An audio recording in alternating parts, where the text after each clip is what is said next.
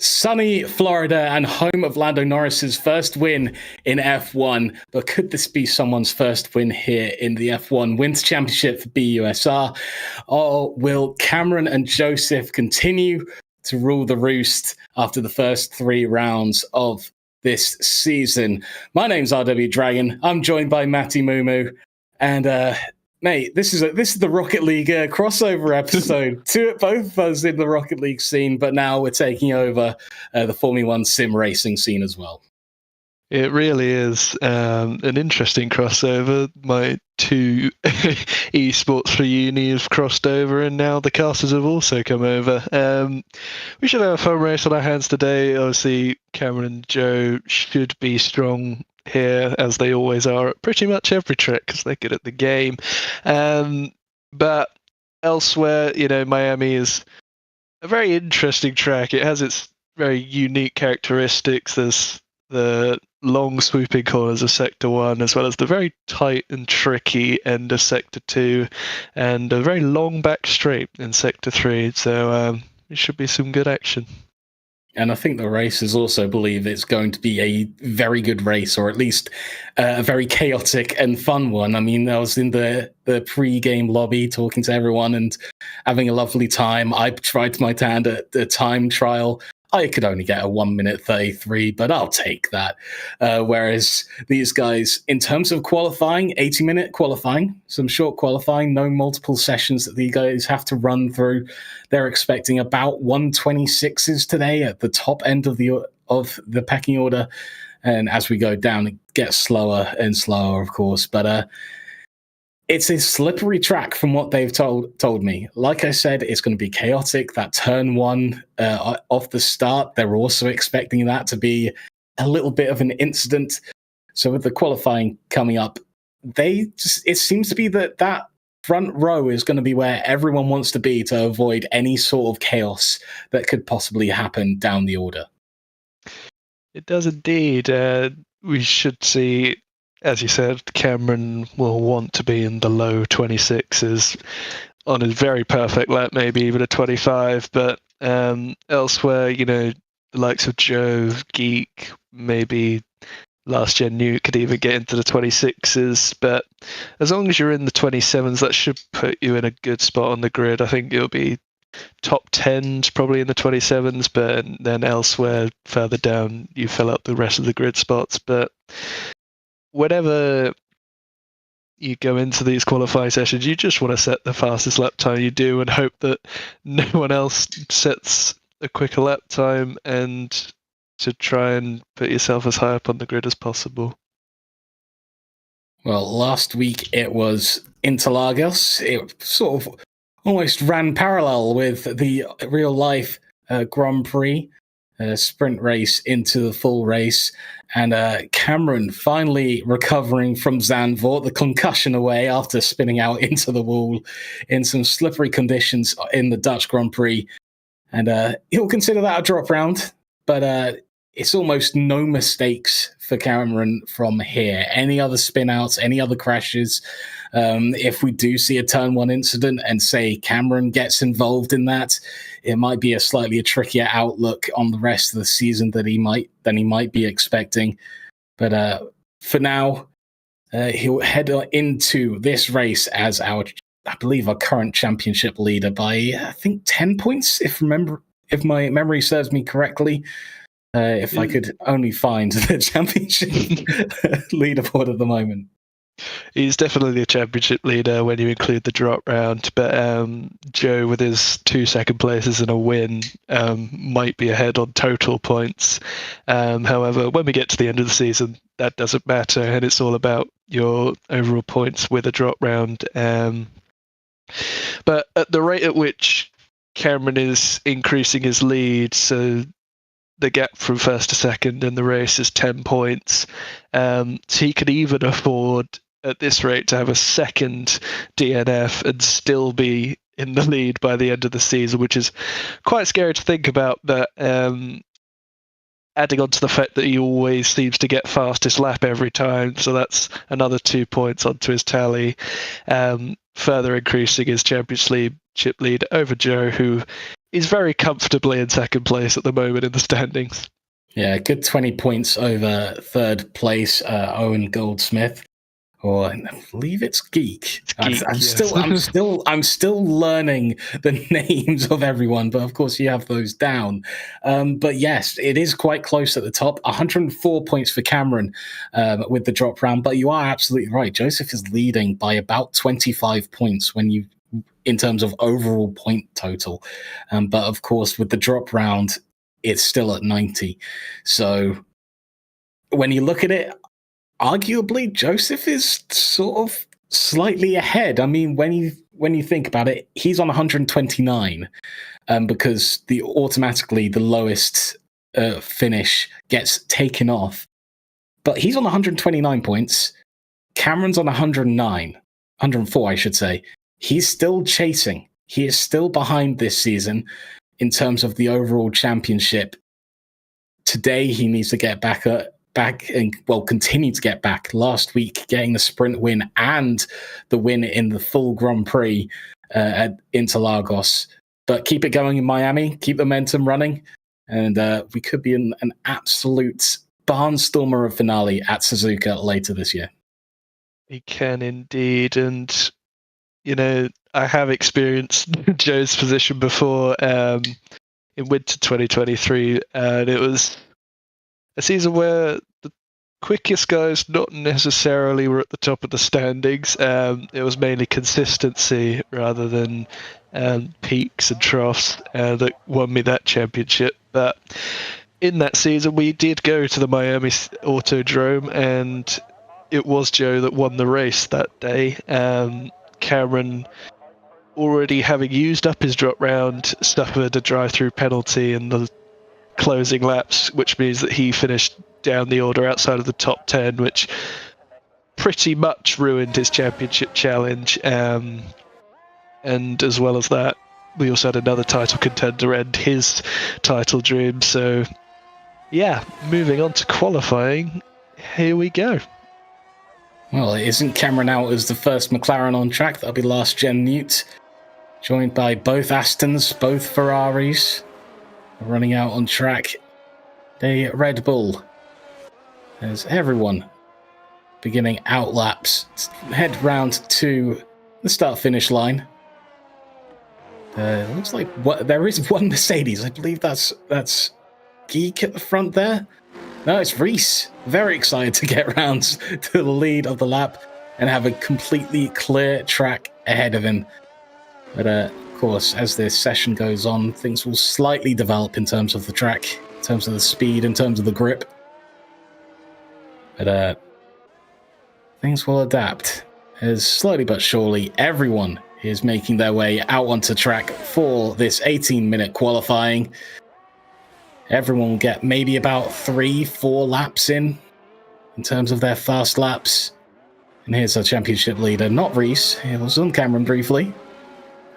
Reese will be shortly starting the first qualifying lap out on track onto turn 1 in that 7th gear, heading down to turn 1. This is almost 90-degree turn, just over, into turn 2, through the chicanes, into the S's, and already yellow flags. I believe that's just someone going slow, but Reese, in this sector 1, will not be looking at that final sector. He's got 2 more to get through first. This sector 1, around this long sweeping turn, needs to get down to 3, hit the apex, does so, up to 4, up to 5, looking for the DRS zone here as he approaches into 8th gear. Everyone will be following suit, trying to follow these lines. Does start approaching a slow car, but very nicely out of the way. Good race etiquette. That's corners taken around this second shorter sweeping turn into the Mickey Mouse section. We go. We saw quite a few cars back in 2022 have a few issues with that new sort of very slow turn sector there. Of course, we have a purple lap going into this long straight. Just foot down, go, DRS. Using all the energy that you have on this hot lap. Down into the final few turns. What time will be set by Reese Hands, the first person? The set time on track being closely followed by Last Gen Newt. Reese Hands will be looking at a 1:30 to start off proceedings, but Last Gen Newt instantly putting in a 1:27.9 to continue. And McLaren currently sits on front row, but I think Cameron might be having something to say about that in about a minute's time. Just something to highlight there on Reese's lap. We saw him at 100% for the whole 100% energy effect for the whole lap, which shows that I'm pretty sure he did not turn on his ERS for the whole lap, which is probably why he's about 4 seconds off the pace. However, Joe has since gone quickest with a 1:26.9, half a second ahead of Mad Dog in second. Here we go. Cameron Searle, what can he do for his first time lap? It is a 1:27.0, which puts him second, 1/10 behind Joe. So a moderately slow time, I think, for Cameron. He especially said in the pre-race call, I definitely am looking for a 1:26. I know I can get there, but at the moment, Joe is proving to be just ahead of his championship rival. Why not? Put another 50 points over your rival in terms of the overall points standings with a win today. It's the last few cars. Start taking the final few turns. Looks like it's going to be, I believe, Baby Aggie, who will be the last one to set a lap, as we have a Williams, an AlphaTauri, and a Haas yet to set a time. And that is Baby Aggie. Finn, last Williams, to set a time through the Mickey Mouse section. Juvie is still sitting in the pit lane. Let's follow Finn. Let's see what time that he's able to put down. Sector 2, 1:03. Going down this last straight into the final complex of corners. I think he'll be behind it in this first lap. It's moving into this turn. Almost on a knife edge, on the hairpin. Through, out, just a touch wide. And I think he knew that it was slightly behind. And decides to move into the pits. Maybe change the setup a little bit of tinkering needed. There's Baby Yagi. One of our races also hasn't set a time, must have had a little bit of a slide earlier on. It is a slippery track, as all of these guys know. So, must have been a small spin earlier. He'll be going back to the pits. What is it? Going on straight onto a lap? No, straight onto a lap. Baby Aggie. Instantly going for it again. So let's follow this in around this track, going into turn 1, very wide, into third gear. Current world record by Otis Lawrence does use third gear pretty much around the entirety of this track, so arguably that's a good turn 1. Going through his first sector, through the S's, out onto this sweeping corner. Needs to drop down to third gear, stays in fourth. Get through this corner, up to the DRS line, up ahead, does have someone in front. So hopefully they move off to the side and let Baby Aggie put in the fastest time that he possibly can. We're looking at this second, much smaller sweeping turn. Once again, it's another turn. You drop down into third gear. You let the car flow through into the Mickey Mouse section. Needs to drop down to second gear. Through the first two parts, through that chicane, into the last corner in the Mickey Mouse complex. And onto the last straight for Baby Yagi. Faster than Finn's time that he would have put in. And now he has a huge slipstream up this final straight. This is going to be massive. Not only that, it's from a teammate, I believe. The other Haas shrimps ahead, leaving Baby Yagi a massive slipstream. A little bit of a tank slapper in that final corner. Through onto the finish line. It is a 1:27. It is a decent lap coming from Baby Yagi. Gets him P7. And that is almost rounds up the last few laps in terms of the first round of laps. Here comes Cameron looking for the 1:26. Gets it. 1:26.7. Only saw the last few turns of that attempt. But what an attempt it was. 1:26.7. In the second lap for Cameron Searle to put in P1. Indeed. Just going back to that BB Eggy slipstream, I wonder how much he gained from his slipstream from his teammate. Surely got to be 1 or 2 tenths at least. But here we are moving on to the second round of laps now. Last gen Newt's off to start his after his teammates obviously gone P1. Into turn 1, nice and easy. And then for these upcoming corners, you just want to keep it away from the curves. They can be very sketchy if you attack them the wrong way, and they fight back quite hard. Moving down here into turn 7, it's quite easy to drift out wide and invalidate your lap time, but the track map has remained black, so he has not done that. And down into the very long DRS straight, which is also very wide at the end.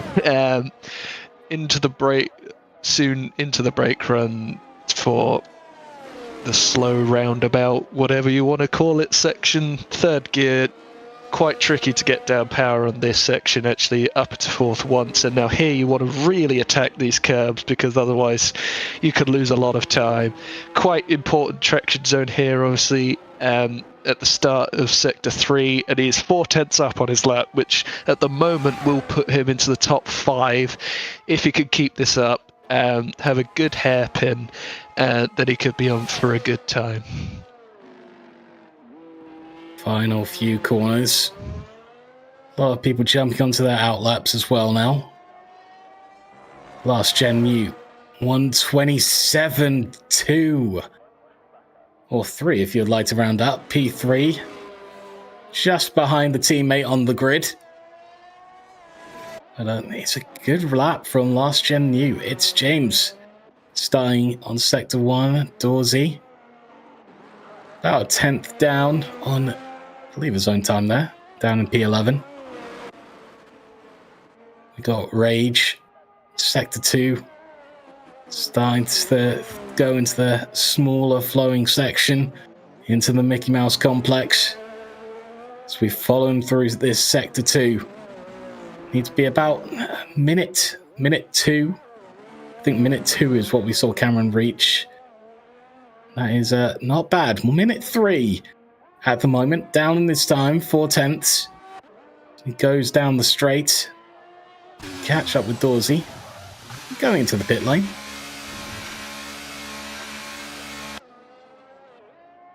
And Geek, here we go.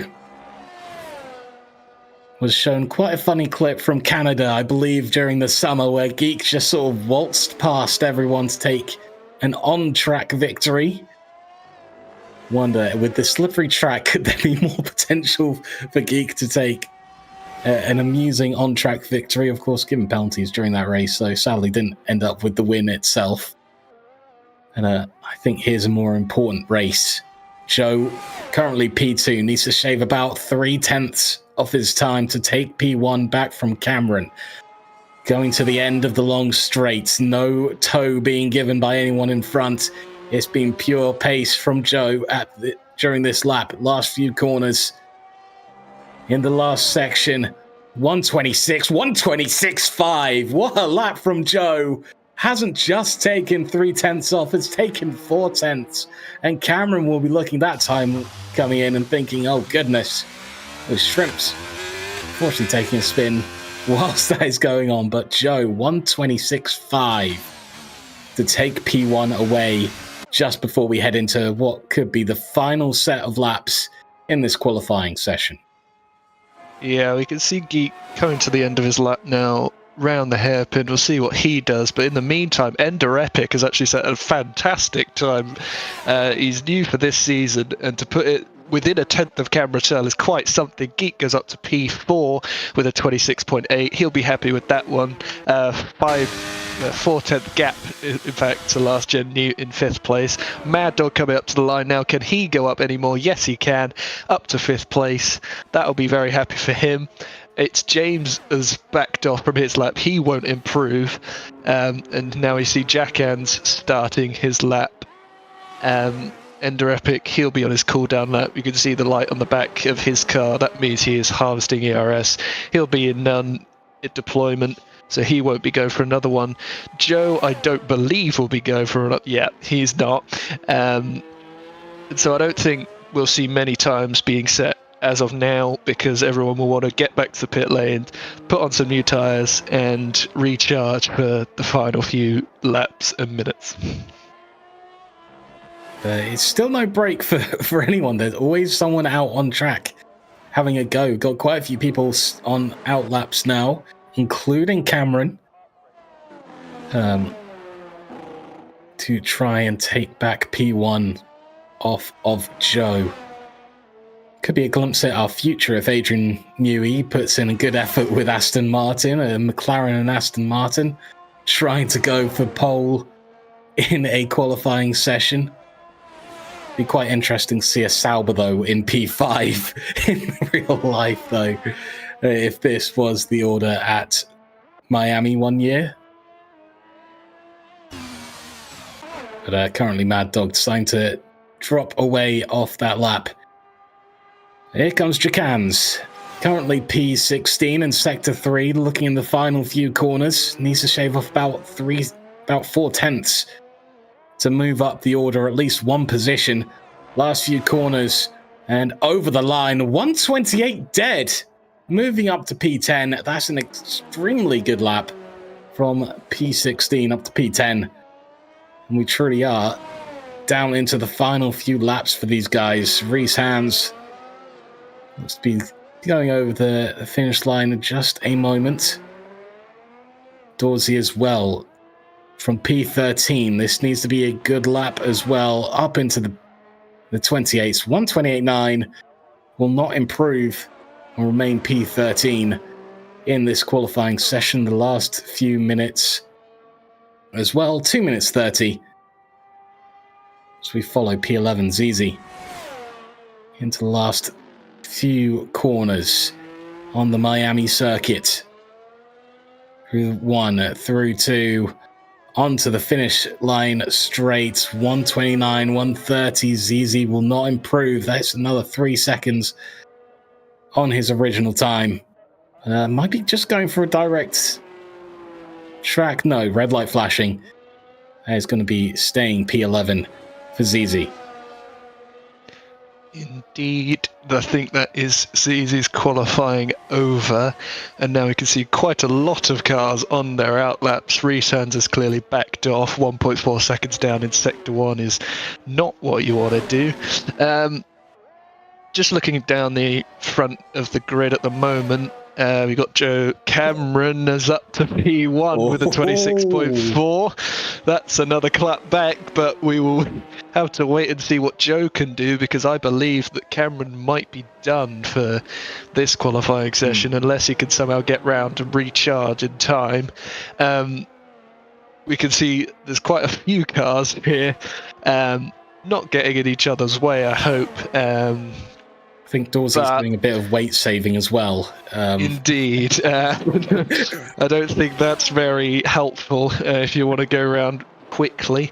But Ender Epic obviously very happy with his lap time. I think Geek might want to just get ahead of him just to avoid any carnage behind that might potentially happen.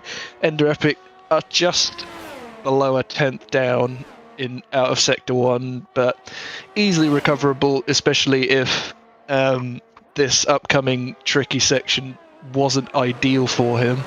Down to third gear should be round this very long right-hander, quick left. You want to go wide here across both curbs nicely. It seemed like that.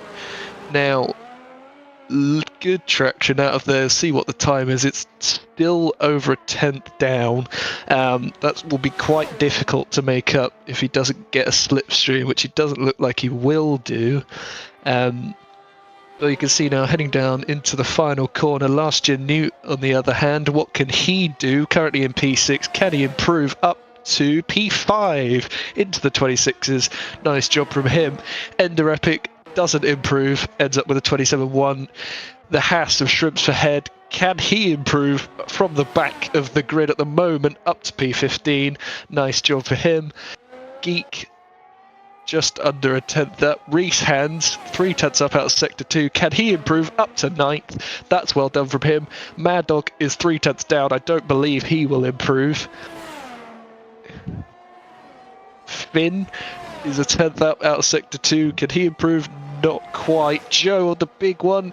No, not pole position for Joe for this time at least.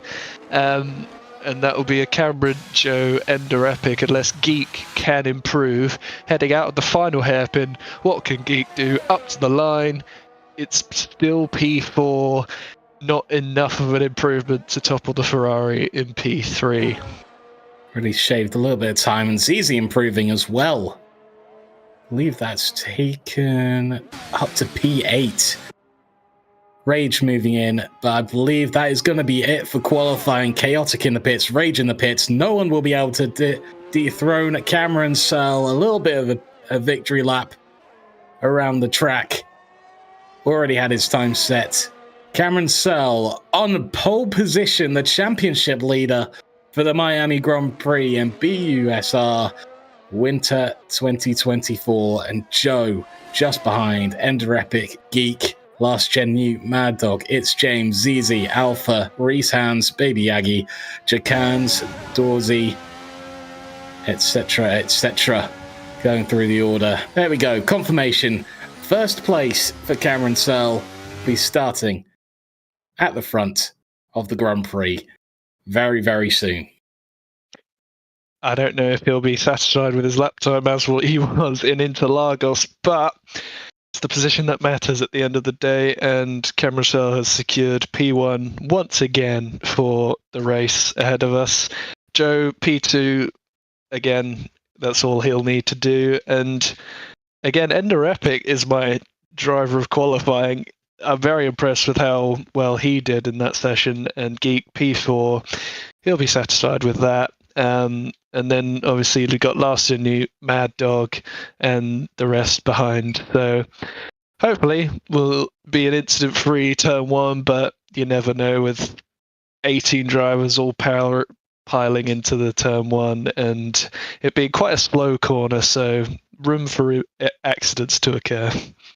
Yes, the way I sort of looked at the Miami track when I saw it, it was kind of like Spa almost in that turn one area. Of course, it's not as vicious as Spa. You're almost going back on yourself, but it's maybe it's closer to the Spielberg Red Bull Ring turn one, sort of 90 degrees.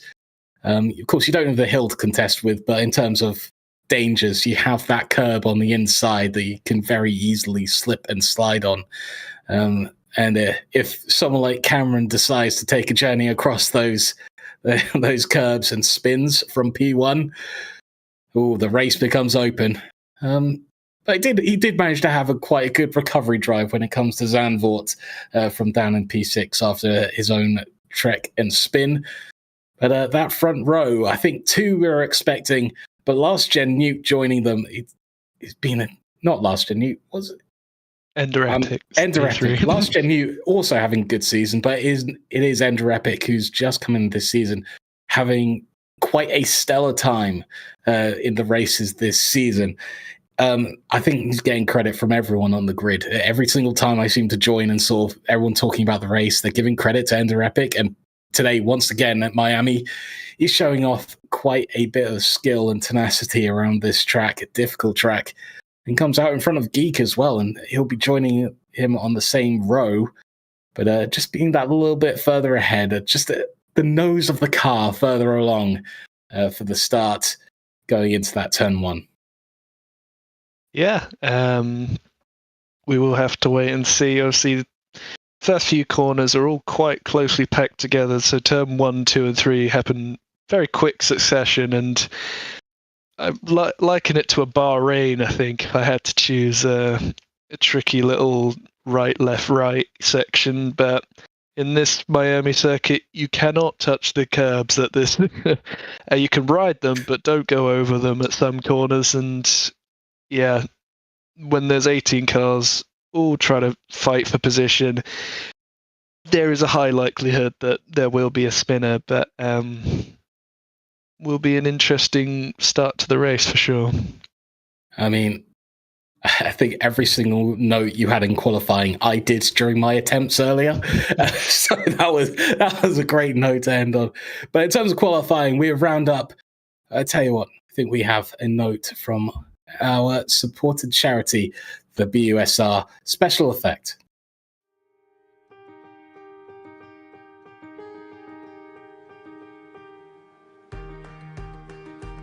Nobody likes being left out. That's why Special Effect are helping people with physical disabilities to play video games. But this isn't just about having fun.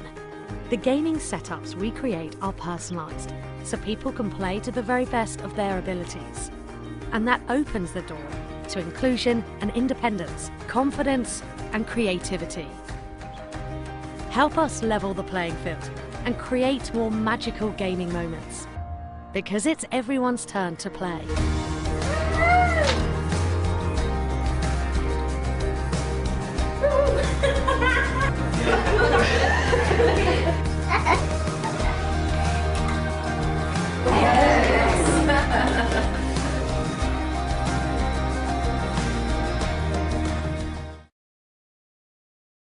An extremely good cause. Thank you very much, Special Effect.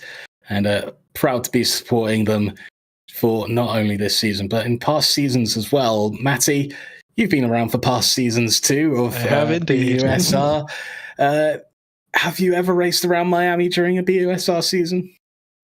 I have indeed. I've raced both editions of the Miami Grand Prix here. I won the inaugural one back in winter 2022, and then last year, winter 2023, I finished second. So it's almost my most successful track.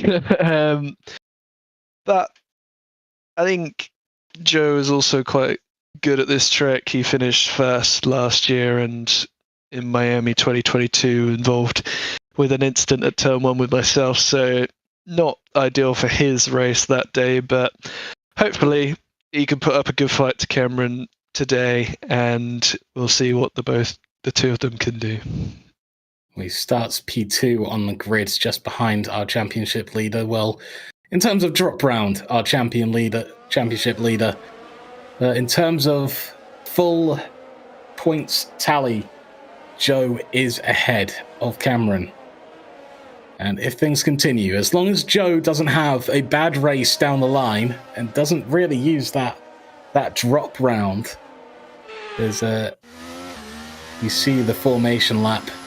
There's everyone driving around. Medium hards, I believe we've got a mixture of that strategy, hards, mediums, in terms of this starting grid. But of course, as long as there are no incidents for Joe in this round in Miami, or in future rounds of this BUSR season, he really puts the pressure on Cameron to ensure that every single race he gets not only points over his title challenger, but stays in it as well.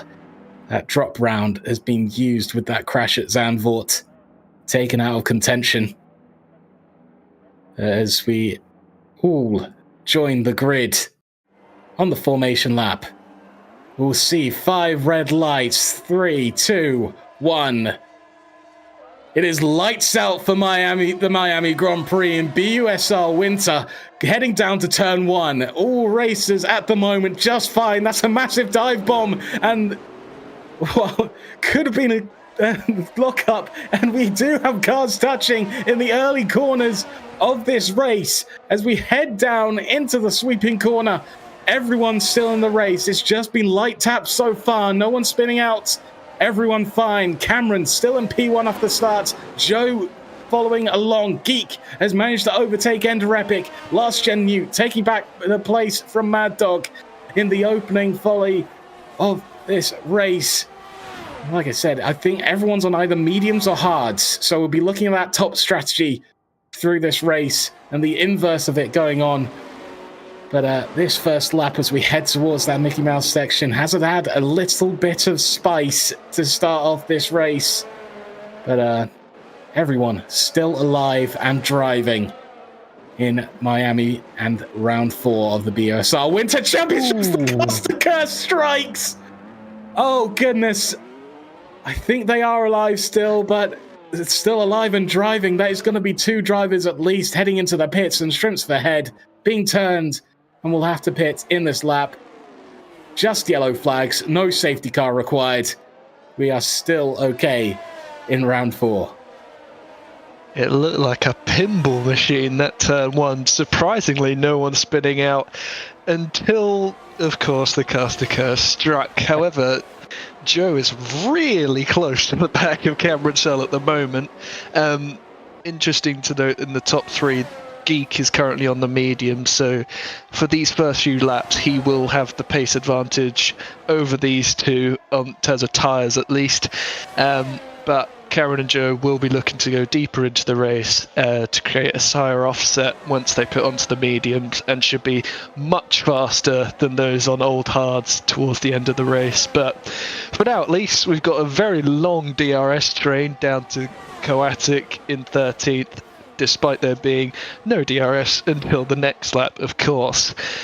BB Aggie now looking for a move on Doris. Can he get it done? Down the inside, that's some contact, but the track is very wide there. Dory holding on to 10th place for now. There shouldn't be any overtaking here. Dory going quite wide there, not ideal.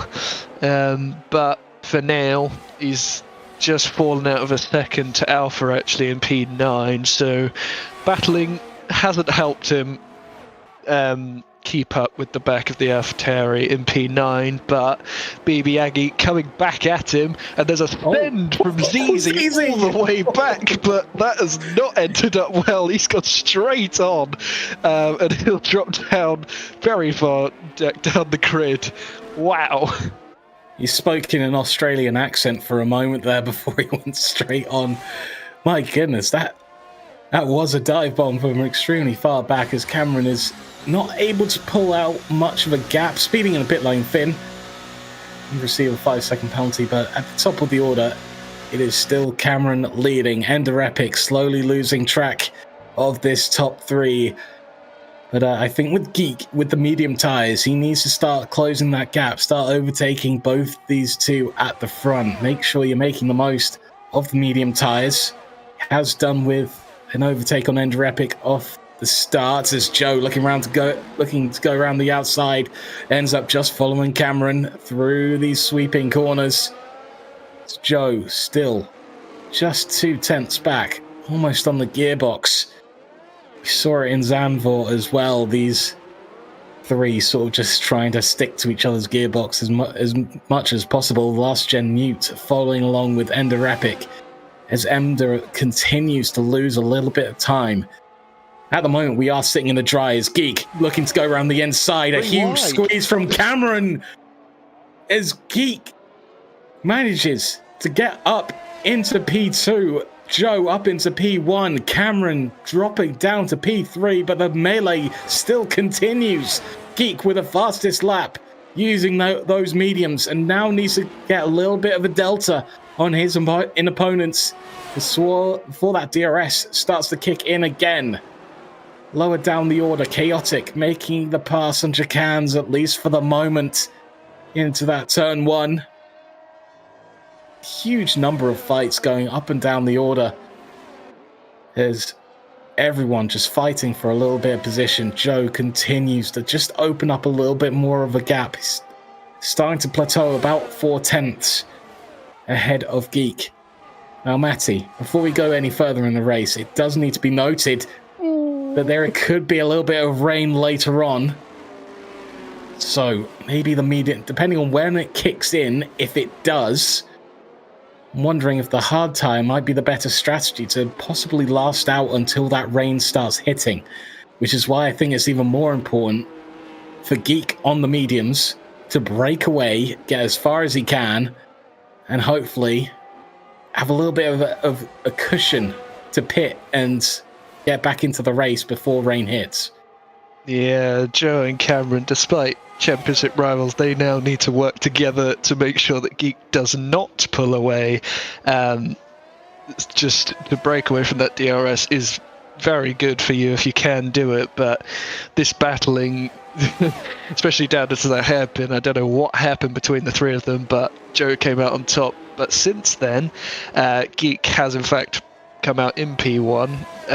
The DRS straights here are rather long, so if you are quite close to the car ahead, then you are pretty much forced to overtake them at some points. But if you keep doing that, trade places, then you can keep up the DRS advantage and slowly pull away from the car behind, which is what Geek, Joe and Cameron will want to do from Ender Epic, as we know how quick he can be from his qualifying lap. Going back to the rain, I was thinking it looked quite dark out there. The mediums should last quite far into the race, but whether there'll be any sort of pace left in them by the time the rain hits, we'll find out. But until then, Joe and Cameron are still on the hards, so their tyres will have a okay pace until the rain hits. So pretty much guaranteed to secure not have to pit before the rain comes, and then you can switch on to the intermediates if the rain is heavy enough. I'm just noticing that Ender Epic has fallen out of their DRS. Cameron Sell down, the inside contact is made. That's not good for either of them. I don't think that will need to be looked at, just clumsy from one or two of them, but anyways, Ender Epic is now back within DRS of Cameron Sell, and we continue as it was at the start of the lap. Just a little bit of spice, even more added into this race. As once again, this fight continues. Baby Yagi and Dorsey continuing this little fight, continually swapping positions during that start-finish straight, and continuing to just fall out of touch of Alpha even further. Alpha's not quite in the battling range of its James, 5 seconds out of pace with that, but we are starting to see some groups, and Shrimps for Head has retired from the session. We do have a safety car, and I tell you what, it is not a bad guess from people in before the race saying about lap 5 we were going to see something to bring out a safety car. And it looks like the DNF from Shrimps for Head has done just that on lap 6, as Joe will be at the front of the queue, Is it too early? Surely, in terms of strategy, surely it's too early for anyone to consider pitting. Yeah, I don't expect to see any sort of pit stops here. If you pit now, you're pretty much guaranteed to lose about 10 positions, depending on where you are in the field.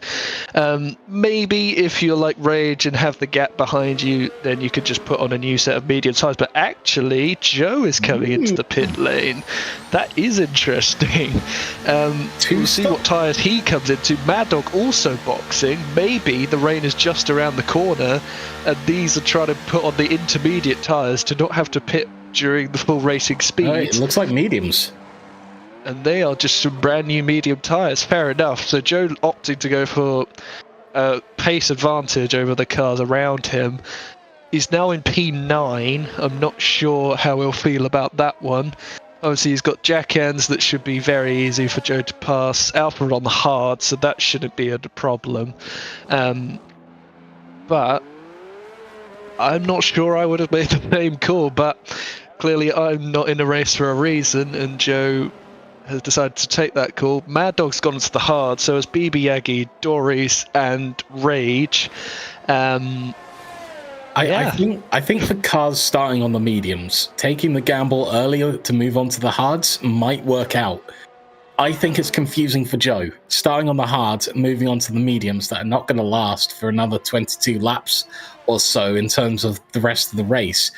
Maybe it is mediums until rain comes along, but even then, it's a small chance in terms of the race. I think it was 30% is what I was told before the race in terms of people scouting the lobby and checking what was possibly going to happen to it during the race. So it is a very small likelihood in terms of the grand scheme of things that the mediums might help in terms of getting ahead in this situation. But again, as I'm sure everyone knows in terms of that pre-game call, I am not smart enough to make these decisions. I'm not good enough to make these decisions. So I think Joe's just going to have to trust himself in this situation that he's made the best decision at this point in time, as both Geek and his championship rival Cameron currently lead this queue. Ender Epic back into P3 after dropping behind Joe. Well, dropping behind Geek at the start. Joe was already in front. But Last Gen New also gaining under these conditions. Mad Dog, I believe, also dropped back for the pit stop, starting on the one lap of hards, but the safety car will still continue. I believe it should be one more lap, and then comes in and then lets chaos loose again. And we're not going from a start, we're going from a rolling start into that slippery turn one. So it'll be quite interesting what this safety car will bring after it comes into the pit lane. I have had my insider sources, not naming any names, but apparently rain is not going to be expected despite the dark clouds. Which means that Joe's strategy is to avoid having to waste 20 odd seconds pitting under full racing speed. However, he's now gone to the mediums, so they're going to be quite worn if we don't have another safety car, which I'd be very surprised about. So I think that's what Cameron, Geek, Ender Epic, Last Gen U are all holding out for.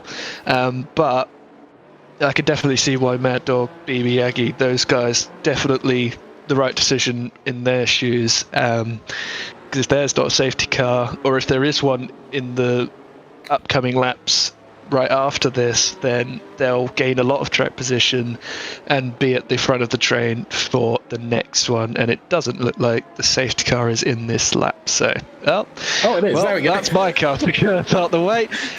So, Geek going to be leading, at least for you, it's some sort of positive Casters curse, because we get back to the race quicker with the car coming in. For me, it's just absolutely destroying someone's race as people have collisions and take skips over turns.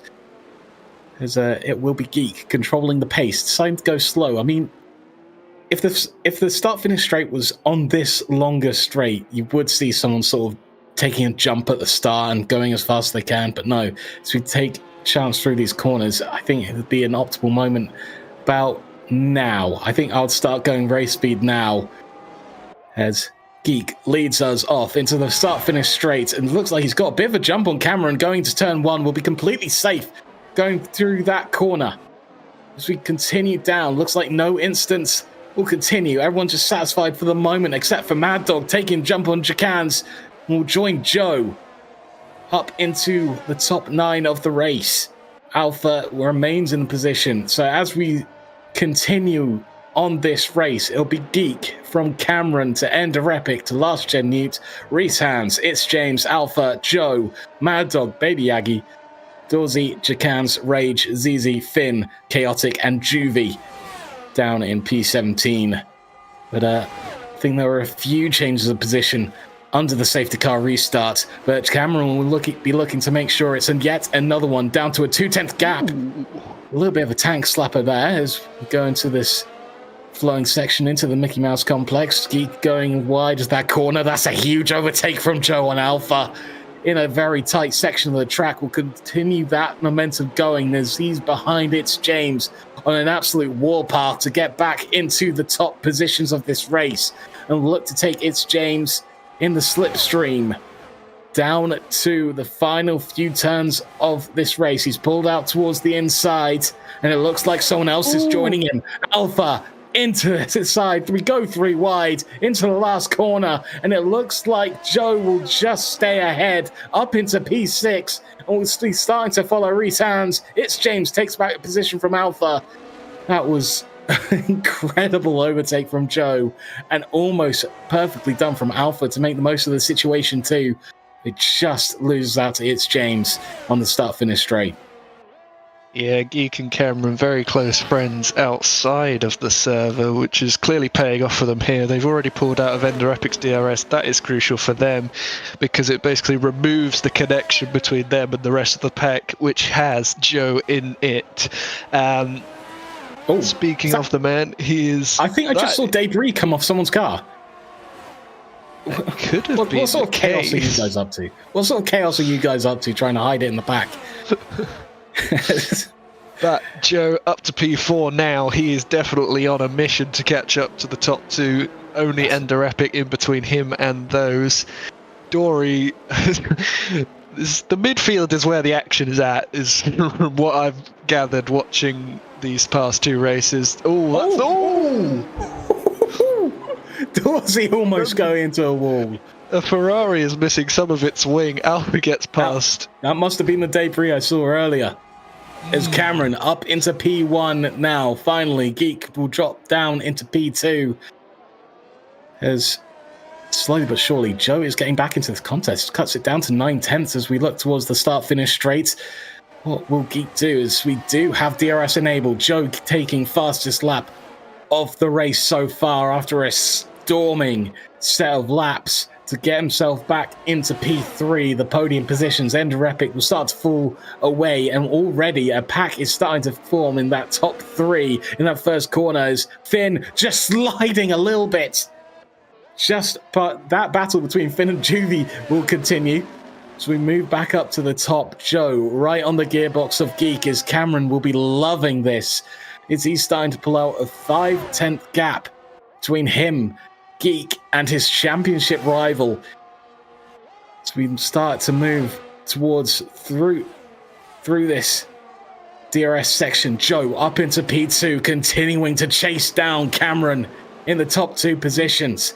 The DRS really kicking in for both Joe and Geek there to bring Cameron into overtaking distance through the Mickey Mouse section. Last corner before the straight, we do have a yellow flag in the Mickey Mouse section just before. It is Jacan spinning. No safety car brought out, just the yellow flag. We can continue racing. Geek has dropped 6/10 out, and Cameron Searle has been overtaken for the lead of the race. Joe, from P9 at the start of the safety car, has used so much medium tyre to bring himself into P1 and bring out about a 6/10 gap over Cameron Searle in P2. Wow, it's taken him 3 laps, in fact, as we see Mad Dog on the attack this time, ahead of Last Gen Newt. Joe and Mad Dog are now in a very good position of not a safety car, because Cameron, Geek, Ender Epic, they all have to make a full racing pit stop, which is not something you want to do at this stage of the race. Jack adds into the pit lane, probably to change his wing. He will also be wanting a safety car at this point, and Joe has already pulled out of Cameron Cell's DRS. That just shows you the difference between his new medium tyres and Cameron Cell's old hards. Geek's still on the back of Cameron though, but I don't expect that to last for very long, as I'm sure his mediums will be going on off at this stage. As Mad Dog up to P4, he's having a great race, ahead now of Ender Epic into P4 for the Alfa Romeo. Tell you what, I think every time I'm casting, I'm always seeing Mad Dog pull off some insane race. Spun out at Zandvoort, brought it back to P3, and after a decent qualifying, has battled through quite a few of the pack. I think past Last Gen Newt and Ender Epic to make it into P4, and is not quite chasing down Geek and Cameron for that podium position. But I tell you what, he was not chasing down anyone. He's having a great race. Joe, 2 seconds ahead, just over 2 seconds away from the pack. They are on the same start-finish straight, but it seems to be different worlds for that Aston Martin against the McLaren and the Mercedes of 2 drivers behind. But I'm just wondering, how much has that battery been rinsed to get up to that position? I think it's been mainly to get past and into that P1 position, to get into that stage. I don't think he would have used much battery battling through the pack from P9, I should say. Yeah, I think it's mainly been the duel up front to get there. I think we saw, just as he passed Cameron, that he was on about 20%, which isn't great for Joe's standards. I'm sure he'll be, now that he's broken the DRS and he's almost 3 seconds clear, he'll be wanting to harvest as much as possible. We've got a spinner at the back. That's Juvie, I believe. Cameron's Geek praying for a safety car. It doesn't look like it's going to happen, unfortunately for them. Mad Dog has actually caught up to the back of Geek, which is interesting. Geek now has to burn his battery. Mad Dog not quite great on his also. They're all about 40%, which is quite a bit lower than I was expecting them to be on at this stage of the race. Mad Dog now up to P3. Go on, son. Although he is quite low on battery now, and he will have to stick onto the back of Cameron Cell if he wants to harvest that battery up again. But he has a significant tire advantage, so hopefully that shouldn't pose much of an issue, although we do know how good Cameron Cell can be. Well, it seems like 2 of the drivers that took the chance during the safety car to pit have really made an excellent drive afterwards. I think Mad Dog down into about, I think P11. I think he was just 2 behind Joe when it left the safety car section of this race. And now Joe up to P1, Mad Dog in P3. There you go. Everyone, well, almost everyone who pitted during that safety car has gained. Actually, I think they have. ZZ, Baby Yaki, and Chaotic, Rage, all of them having good races, challenging for the top 10. 2 of them in it. 3 of them, I should say. I got it right the first time. Second guess myself. Ooh, Jenkins, I believe, is spun at Sector 1.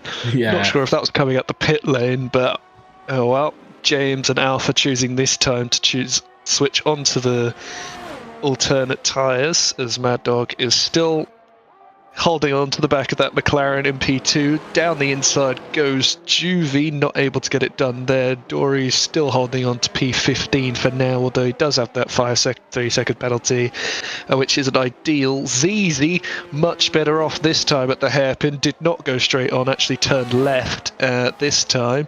BB Aguido fighting back in the Hess, up to P8 now. Will be interesting to see how this one's end. Reese has gone into the pit lane, that'll be for hard tyres, as he has been on those since the start, looking to undercut those cars that haven't pitted around him. But for those at the back of the grid that took that gamble under the safety car, I think this will pay off if we don't have another safety car, which is the crucial detail which you can never guarantee in a BUSR lobby. And around a track like this, you could get a few spins as well. Got close walls as well around this Miami circuit.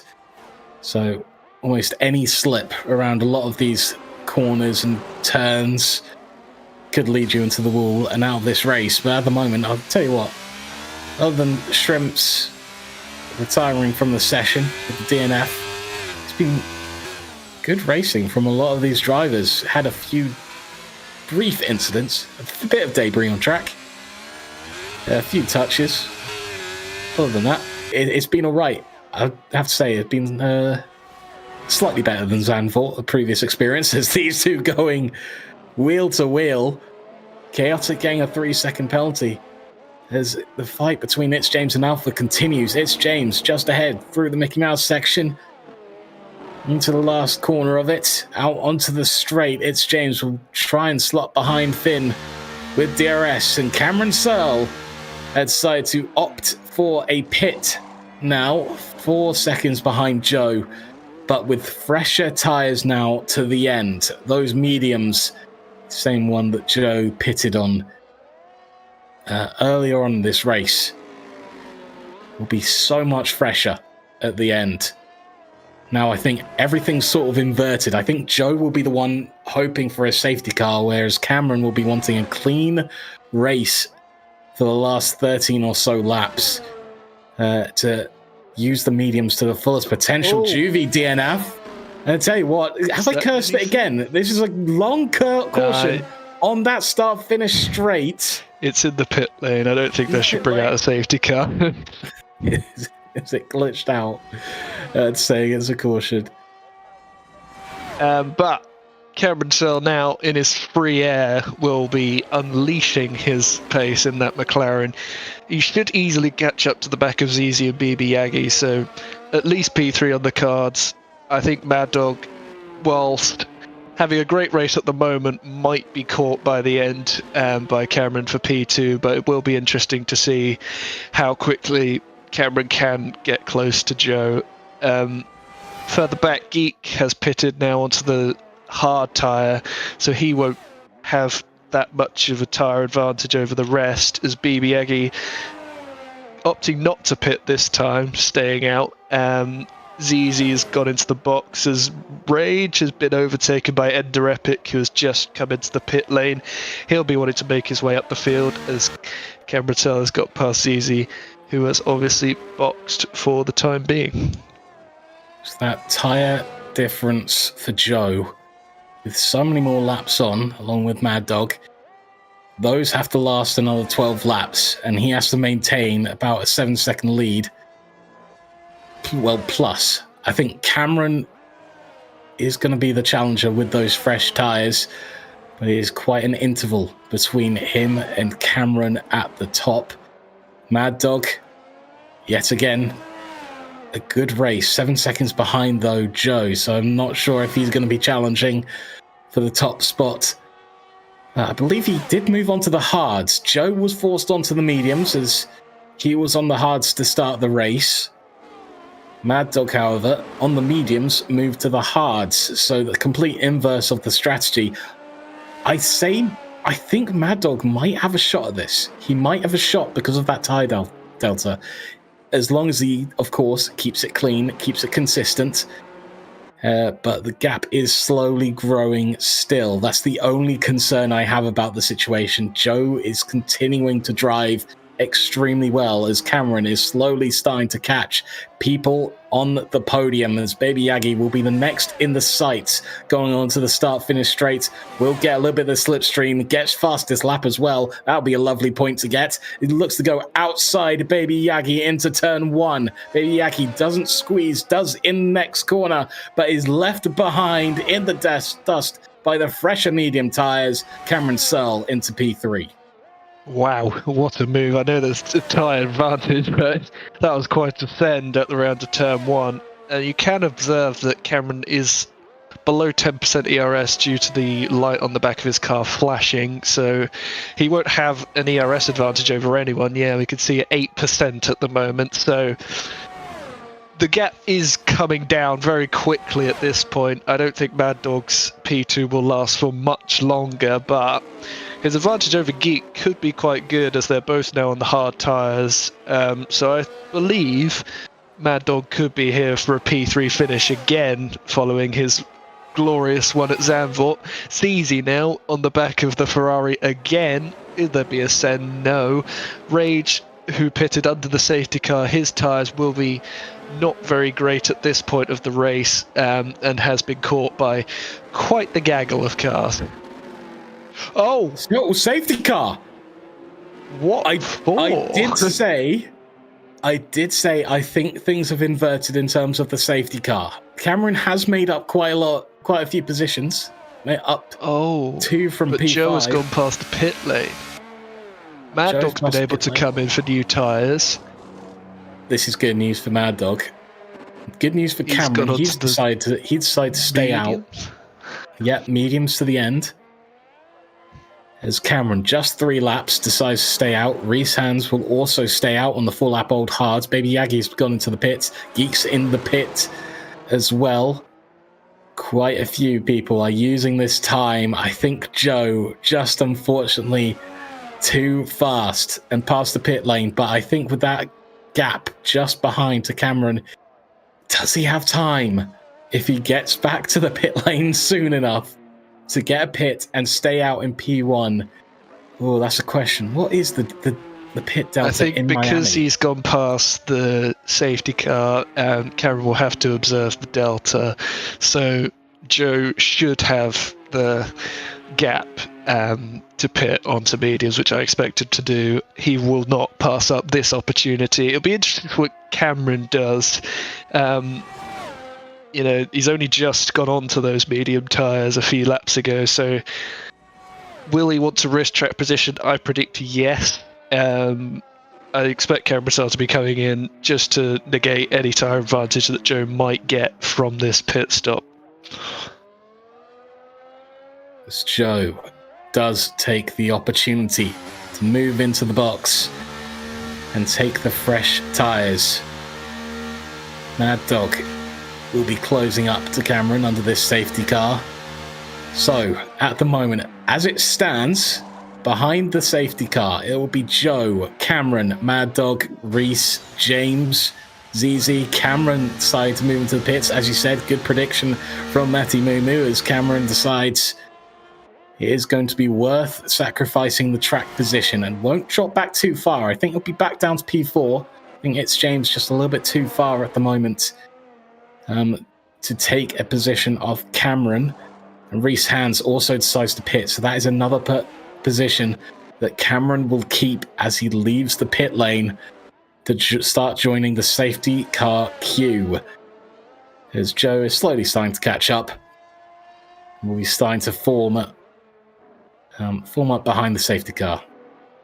So we were close. Joe, Mad Dog, Cameron, James, ZZ, Baby Yagi, Geek, Ender Epic, Reese Hands, Alpha, Rage, Chaotic, Dorsey, Last, Gen Newt, Chicans, and Finn will be the order that we have behind the safety car for the final 9 laps of the race. Most likely last 8 with the safety car still moving around. People still catching up, actually. We might be only having about 7 laps of racing conditions after this safety car comes in, considering how spaced out everyone is on track.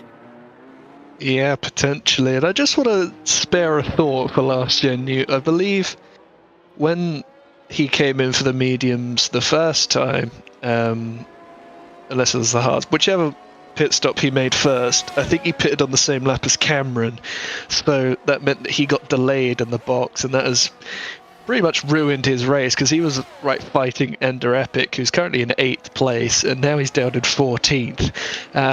So Last Gen Newt, unfortunate scenario for him, but he has a tyre advantage and he'll know that he's quicker than quite a few of the drivers ahead of him, so he should be getting into the top 10 easily. At the front, however, It's James will be once again a roadblock as he was in Interlagos at the safety car restart. We saw him not pit when there was quite a clear opportunity to, and he caused quite the chaos on the safety car restart, so it'll be interesting to see what happens there. But all in all, Joe will be wanting Mad Dog to do his absolute best in defence for Cameron, but I don't expect it to be too much of a fight for the McLaren, and we should see a 1v1 with about 7 laps to go to see who wins this Miami Grand Prix. I reckon Joe might be saying in the chat right now, defend like a lion, Mad Dog. Quite the opposite of the animal that he has advertised in his in-game name at the moment. Safety car still moving, but just have 2 more drivers to join the queue. And then we'll be ready to get started, unless they just decide, you know what, let's get the safety car out. Let's have a last few laps of racing without being interrupted. I think the current issue is waiting for the Red Bull and the Williams at the back to catch up. That tends to be when the game decides, all right, have at it. And if they are able to catch up, it might get called quite late. Obviously, it's quite a long back straight, so if the safety car does come in quite slow, then they might be able to catch up. Still continue under safety car conditions, and you do have a question. Where's the rain? What a moment we would have in this race if suddenly there is a downpour in Miami to unleash another flurry of pit stops and another layer of chaos to add to this race. There's no droplets that we can see right now. As the last 2 are getting close to joining the back of the queue. If rain starts falling, when do you go for intermediates? Do you just hop into the pit lane as soon as you can? But if the safety car's coming in, that is an awful moment to have to dive in. Because if everyone keeps going, you find yourself at the back of the grid. Good news, you're on intermediates. I don't expect there to be any rain at this stage of the race. I think we would have seen at least one person attempt an intermediate, but assuming there isn't going to be any rain, we'll just have a nice chill out period before the chaos unfolds ahead of us. Hopefully, you should see some good battles up and down the field, and obviously, the main headline being Joe v Cameron v Mad Dog, even to see who will take the win here. Further down, I think Geek will be unhappy with his current position down in P7. Obviously, we saw him at the start of the race even leading for a couple of laps. So he'll be looking to get past the likes of James, ZZ and BB Yagi. Ender Epic, with that P3 in quali, will hopefully stick with him. So that should be some good fun there. Reese Had's actually on a slightly better tyre, but not too much. There'll only be about 3% wear difference between the two. But all things considered, the safety car is in this lap. Here we go. Joe's turn to take control of the speed. I believe it was Geek last time we had a safety car taking control of the pace and the restart. It will be Joe this time to lead us off. And once again, we have a slow start, but like I said, on the first occasion we had a safety car, I did expect no one to try and jump during this stretch. Except Joe does seem like he's just started to go for it here. Just slightly as we go onto the start-finish straight. Mad Dog just behind, a 6/10 lead for Joe as we restart the race and head into turn 1. Joe maintains the lead after a good jump under the safety car, where we see more positions be exchanged as Last Gen Newt passed 1. Finn up 1. We still have a competition actually between Last Gen and Dorsey, but I think that has been settled now. Last Gen Newt up. Geek past Baby. And that is a spin out on the corner. Baby Yagi, I believe that is. Getting spun out and away. Caution in Sector 1, but no safety car again. No need to bring it out. Joe still leads, but that gap has closed just a bit. 4/10 is being cut down to, with Cameron just behind Mad Dog as he just tried. Oh, I thought I was watching that fight. It was actually Last Gen and Chaotic having that ding-dong battle down the order. A drive-through penalty, though, for Chaotic. That is an awful situation just after a safety car restart. And Dorsey stuck to the outside wall. I think we saw that in NASCAR just last year, so deciding to use the wall to race to the finish, but I'm not sure it really works on open wheelers. Cameron Sell finally getting past Cameron, passing Mad Dog. Joe dropping down to P2. Cameron is leading the race right now as we continue to see battles up and down the order. Ender Epic moving up. Geek is up to P4. Sort of order is being restored in corner 1. Cameron and Joe, tight fight as they go wheel to wheel. No collisions. Ooh, that was very close, though. Very, very close. But Cameron maintains the lead after taking it last lap. Joe just behind. And this will be an absolute war to the finish between these two. Yeah, we can see the effect of It's James not pitting. Mad Dog already having a 2-second lead over Geek, or that is reducing at quite the rate at the moment. Ender Epic finally getting past the Red Bull of It's James. Does Joe come back at Cameron during this long straight? No, he doesn't. Decides to stick behind. That's the smart decision because the DRS is not enabled just yet, and he will save it for next lap, I assume. Reese Hands coming back at Ender Epic. This is an interesting fight, side by side, in fact. Is that going to work? Probably not. And one of them goes off the track. Reese goes straight on as we got a caution, and there's the safety car. Wow. Safety car being brought out. Was that Reese Hands going over that chicane a little bit too quickly that what brought it out? Or is there something we're not seeing? I think it might have been further back. There's a BB Yaki without a front wing. That might have something to do with it. Missing a front wing as well. Oh no. Something's happened between them. As Cameron has actually boxed. Oh. Boxing in this situation just after a safety car? What? I don't want to say it, but has Cameron thrown away the win, perhaps? Cameron boxing now has made a questionable strategy decision. He's now down in 13th, in fact, having been we have been informed that there has been a wheel disconnect, which has once again unfortunately relegated Cameron down the order. As we like to remind ourselves, our championship leader, in fact, already used his drop rounds. This will be very, very good for Joe, who is now P1 with his championship rival in P13.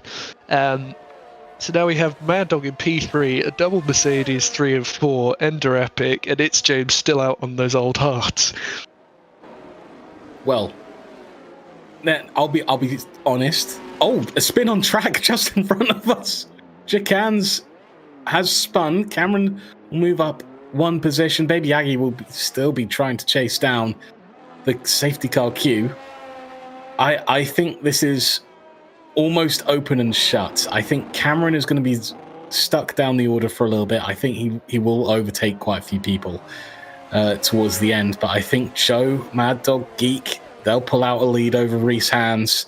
And I think that might be our podium. It just depends on what order they finish everything up in. That's the only question I have for those three. Are you going to fight to the finish? And who is going to benefit the most from the situation? But that is very unfortunate. That is a wheel disconnect in the closing laps of the race. Let's pit him again. Get the soft tires on, mate. Get that fasted lap. Take it away. There we go. The softs are on. Let's go, Cameron.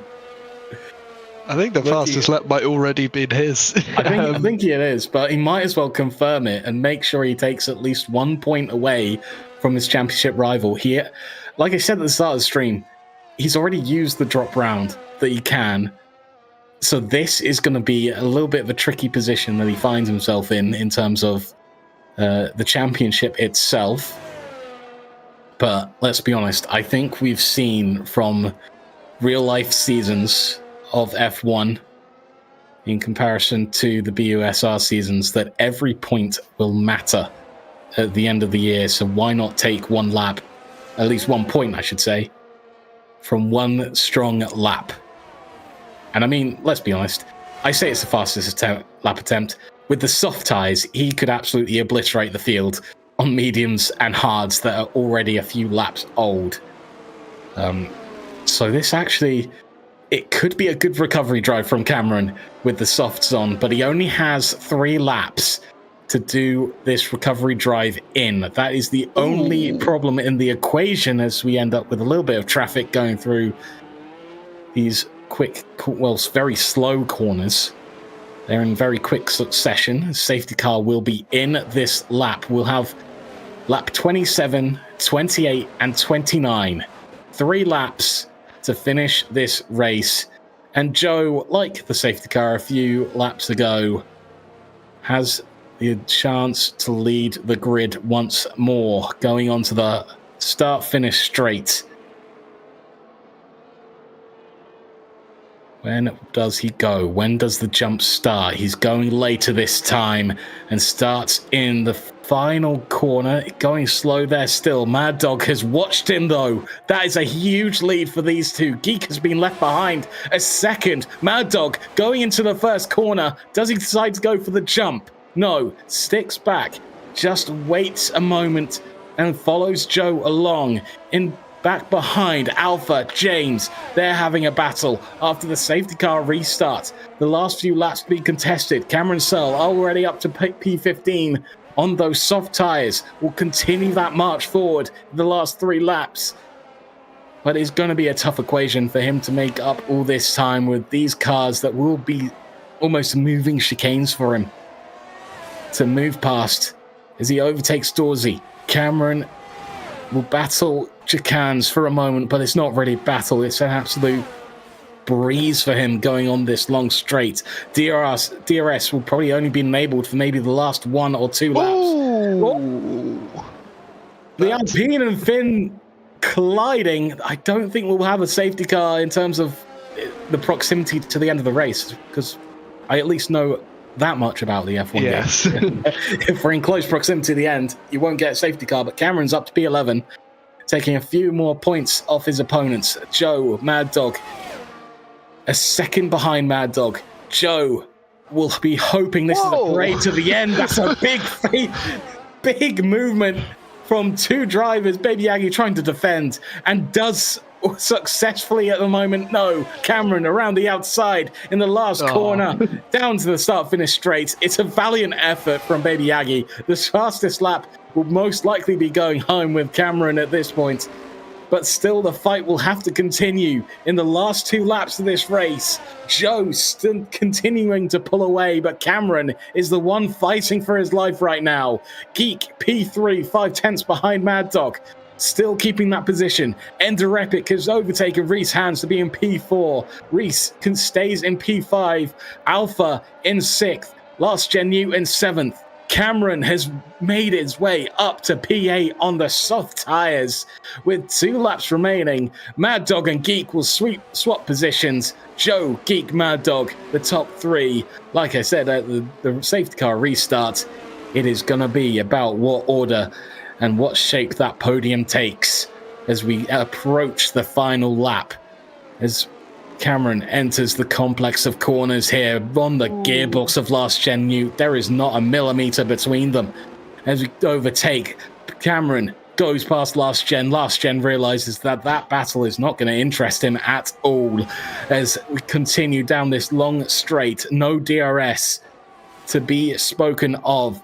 Last Gen U going wide for a moment, but realizes he is not close enough. Cameron will continue in P7 will try and chase Alpha now for P6. Baby Yagio taking its James a little bit further down the pecking order. But Joe, as we are on the final lap of the race, is 1.7 seconds up the road from Geek. And that gap is just staying certain, staying calm.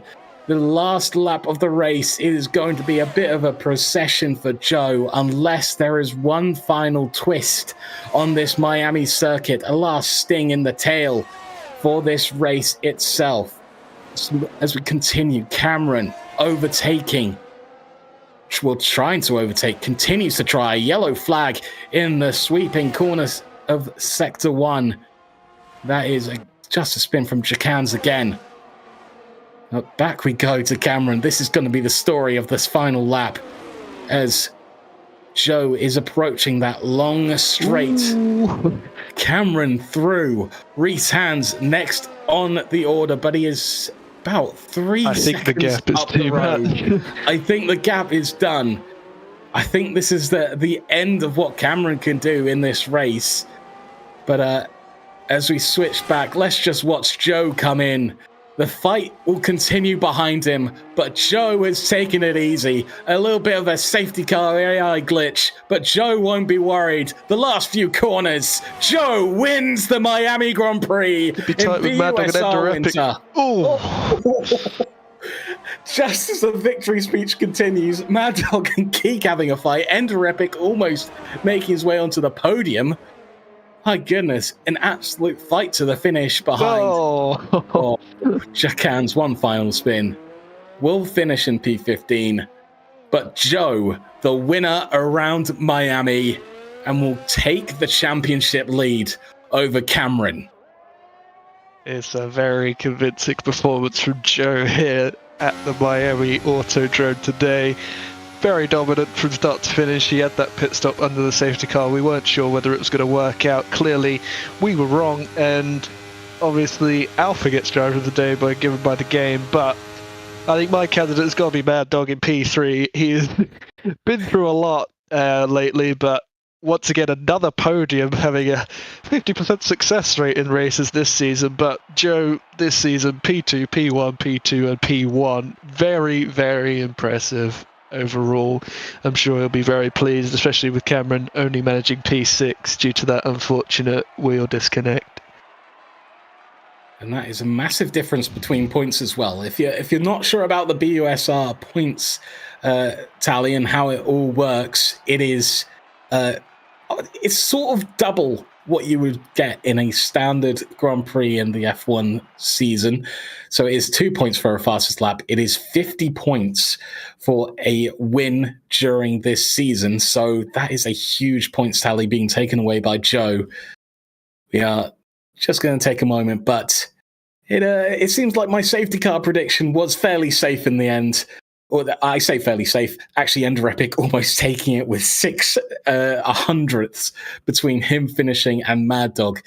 But it is Joe, Geek, and Mad Dog on the podium at the end of the Miami Grand Prix. Yeah, I'm sure all three of them will be very pleased. Geek with another second place to add for his one from Zambo. I think it's a repeat podium, if I'm not wrong. So that's an interesting little quirk of this season so far. But next week, obviously, quite the circuit of all time on the calendar. It's the Monaco. I think I'm doing Monaco as well. So that is... I'm sure you're going to have a great time casting that. This season is starting to take shape. I think around sort of the halfway point, you start getting people leading off and breaking off into the distance. You start getting the little fights in the pack being created in terms of the points table. And round 4 has been no different in terms of the drama that has come along this season in terms of points challenges, the championship. As the debrief is happening right now. I wonder what sort of conversation is going on there. I think it is Cameron and Josh in that debrief session. So we'll have to see what they make of it. But of course, we'll be talking to the podium just in a moment as soon as that rounds off. Matty, you said your driver of the day was Mad Dog. Who are the other contenders for you in terms of that driver of the day? Ender Epic. I think he had a great weekend overall, P3 in qualifying, and just missing out on the podium by 600ths was unfortunate, but I think Mad Dog benefited from being P2 on the safety car restart. That helped him build up that gap. Elsewhere, Geek, I think, obviously going from P4 to P2 is obviously a great result. And I think those are my three, if I had to choose. Well, we do have the podium ready. Let's talk to P3.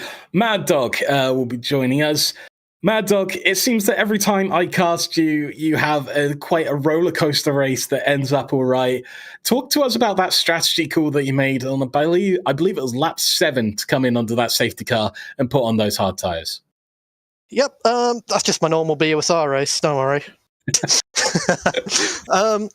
For those of you who don't know, the Delta, new tyres are so much quicker than old tyres. Even a 6-lap difference, it's crazy. So it's near enough every single time. It's a good idea to pit under safety car. And I think what me and Joe did today proved it, because we just sived our way through the field after the safety car. And Joe especially, considering he was on the mediums. And then, I was sort of umming and ahhing about whether to pit around about lap 19, 18-ish to go on another set of mediums, because I was getting cameras about 5 seconds a lap quicker once he stuck his new mediums on. So getting to the end would have been a struggle. But then another safety car came out, and it all just sort of fell into place.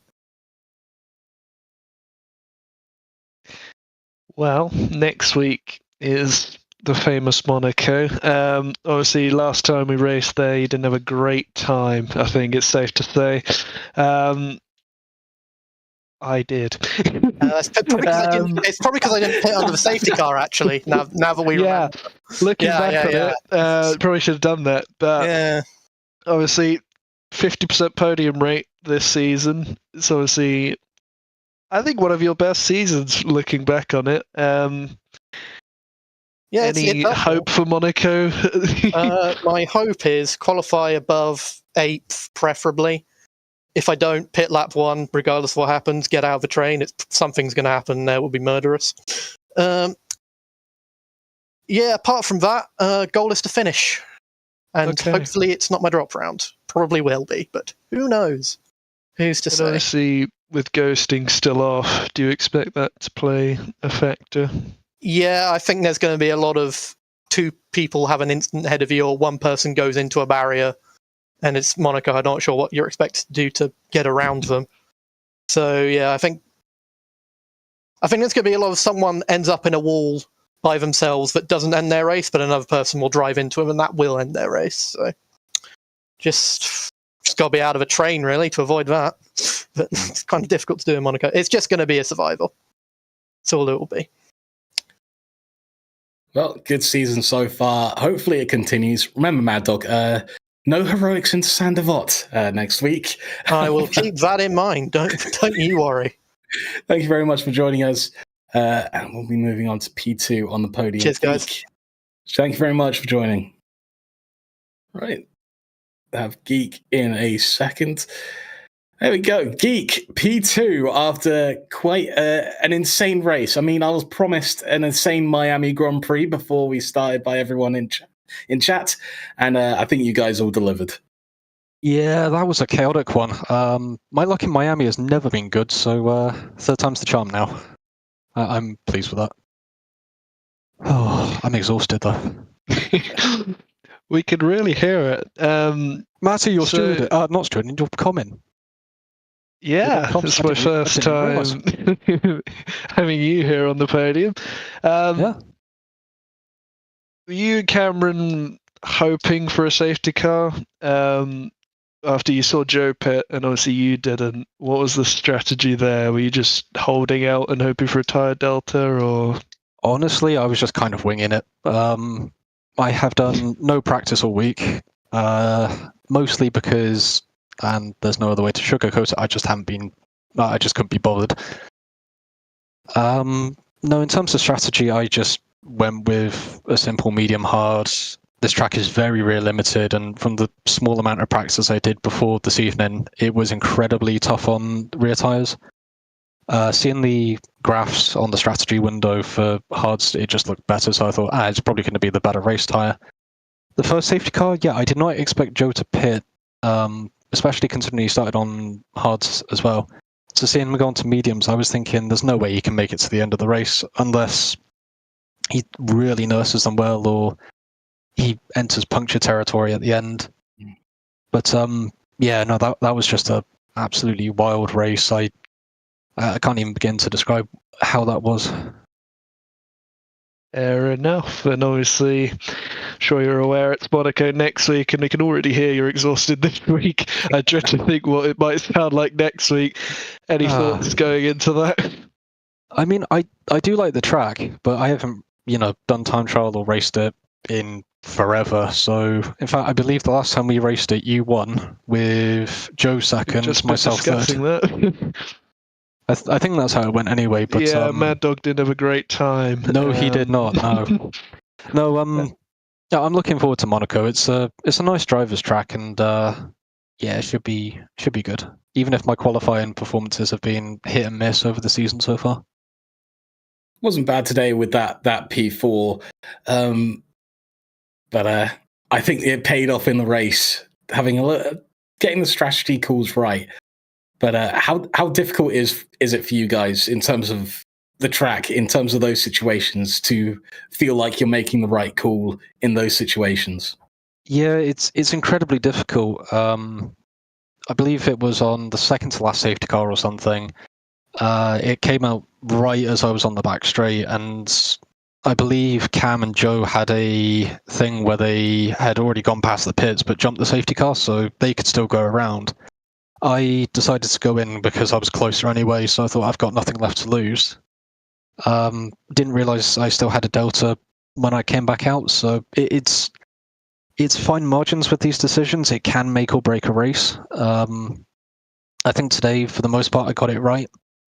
But yeah, not really much else to add on that. I think I just did what my head was saying is the right call to do and followed through with it, and here we are, P2. There was a incident with BB Yagi that I've reviewed back. It was during the S's, I believe it was my corner, as per the regulations say. So we did see him spin out. I was wondering what happened, whether he got caught on the curb or something happened between the two of you. No, so essentially, I had such a good run out of turn 3, and he gave me the space for 4. And as we went into 5, it then became clear that I went ahead, and I've seen it back. His front wheel isn't alongside my driver's position, and I think I was just expecting him to back out. And even though there was a car's width on the inside, and there was an apex that I don't believe he hit, yeah, I think that will just come off as racing incident, and I should be lucky. Was a tricky Miami Grand Prix today, but P2 in the end. Geek, congratulations. I'll take that. Another one for Plymouth. And thanks for joining us. No worries. Thanks, guys. That was our P2 driver, Geek. But now let's get on to the winner, Joe, our championship leader now, joining us. Congratulations, Joe. Big win in Miami. I've got to say, it was a stellar call on the first safety car going in for new tyres. What was the decision like going for that? Strap to glory if safety car pit. Just vibes. I thought I was absolutely cooked, but I did some driving, and then I was first, and I had a 5-second buffer until the pit stop cycles for the people who stayed out. So, yeah, I'd have funny in it. Yeah, it definitely seemed like vibes worked this time. After the second safety car, Cameron was obviously in your little train with Mad Dog. Do you reckon you could have kept him behind by the end? No, this is Cameron we're talking about. He was struggling on the hards, especially in the braking zones, but he had the knack for the mediums. He was pumping in rapid lap times when he went for the undercut on 15. So I kind of expected to end up behind Cameron. That was never really my race. I just got lucky with whatever happened with his wheel, and his AI pit him. And I just screamed, "Stay out! Like stay out!" Because he was going to pit. And then if you have 2 or 3 people who don't pit, and you've got one guy pit, and everyone stays out, you gotta work the pack, herd mentality, and all that. So yeah. It was interesting. Well, it's been a good season for you. Halfway through, You can 2 touch the wood, wins. please. Not trying to jinx me here. Yeah. Awesome, thank you. As long as I don't say it, I think you're fine. 2 P1s, 2 P2s, the P2 in the sprint. Going quite well. Not much competition around you at the moment. How do you see yourself in the second half? What's next? Oh, is it Monaco? Well, I was going to ask for your Monaco prediction indicator, or MPI, which can be abbreviated to. How do you see that one going? I don't know the law. I don't know the law here. We'll catch up after.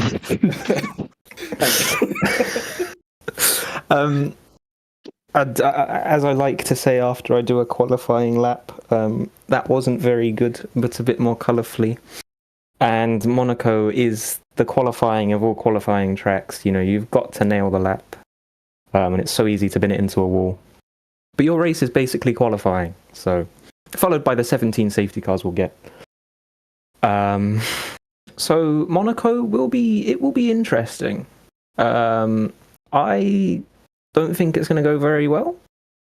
I've had a bit too much luck so far, so something needs to go wrong. And what a better place than the streets of Monaco. Well, you still have that drop round intact at least.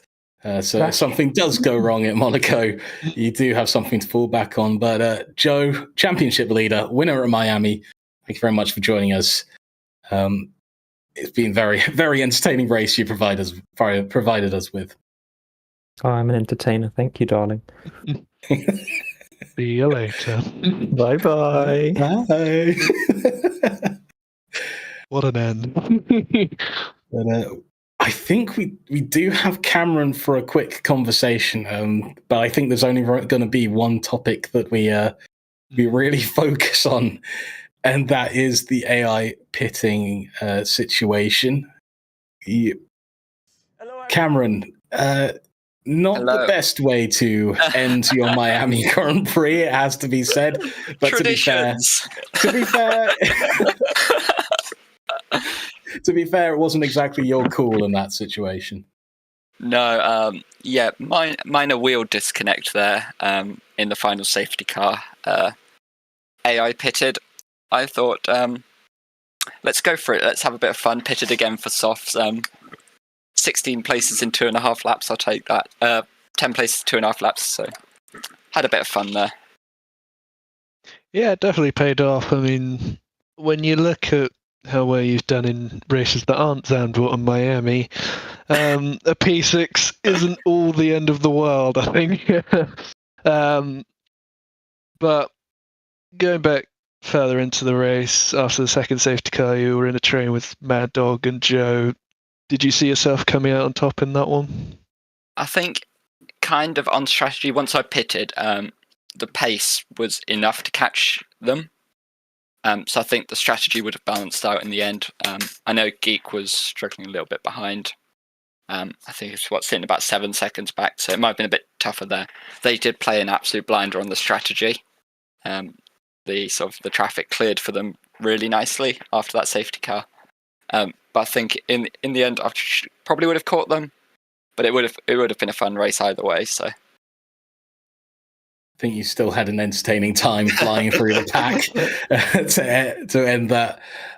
But it's just unfortunate. In terms of your championship, that is 2 races that haven't quite gone well, but juxtaposing that was the 2 races that, well, technically 3 with the sprint in Interlagos, 3 big wins. You've used your drop round. What is the rest of the season sort of going to be like for you? In fact, sort of chasing down Joe and the rest of the pack above. I mean, first things first, fix any hardware issues. Second thing, fix any skill issues, and then hopefully win the rest of the races. So. Any damage? No, just talent. Yeah, exactly. Well, Cameron, it's an unfortunate way to have to talk to you and be interested about your race. But thank you very much for joining us and sharing what happened. No worries, guys. Glad to be entertaining, at least. We had a great time watching it. Great race today. I was promised something chaotic by Cameron himself. I did not expect it to be him providing a moment of chaos himself to provide, but I think it's important for him to at least have brought it back to P6 in terms of the championship, in terms of points. He's already used his drop round. He needed sort of some decent points in this race, and I tell you what, putting softs on to chase everyone down, I would say it's given him quite a few points to play around with for the rest of the year. Yeah, obviously there's only 4 races left, so 208 points left on offer. But if Joe does come out on top in any of those 4s, it gets rather sketchy for Cameron. So we're now halfway through the season already. It's flown by, but it'll be interesting to see who comes out on top when we finally get to Suzuka for the final round of the season. So I believe if we take a look at the rest of the season for a moment, it is Monaco next week, but then after that we move on to Abu Dhabi, then Qatar, then of course the finale in Suzuka on the 7th of December. But if Joe continues the form he's on from this race onwards, we could be seeing a championship closed out before the final race in Japan. But it's still going to be a tricky road to those points. Matty, it has been a joy sharing the Miami Grand Prix with you. We have our race winner in Joe, Abhinav Dragon. Any last words from you, Matty? I think I'd like to take this chance to say that I want to be racing next week in Monaco. I want to make a one-off appearance just for the funsies and to give you, Dragon, some entertainment. Hopefully spice up the championship a bit, get myself fighting up there again, and look to next Saturday where get to make my return. But until then, I've been Matty Moo. See you all for the next one.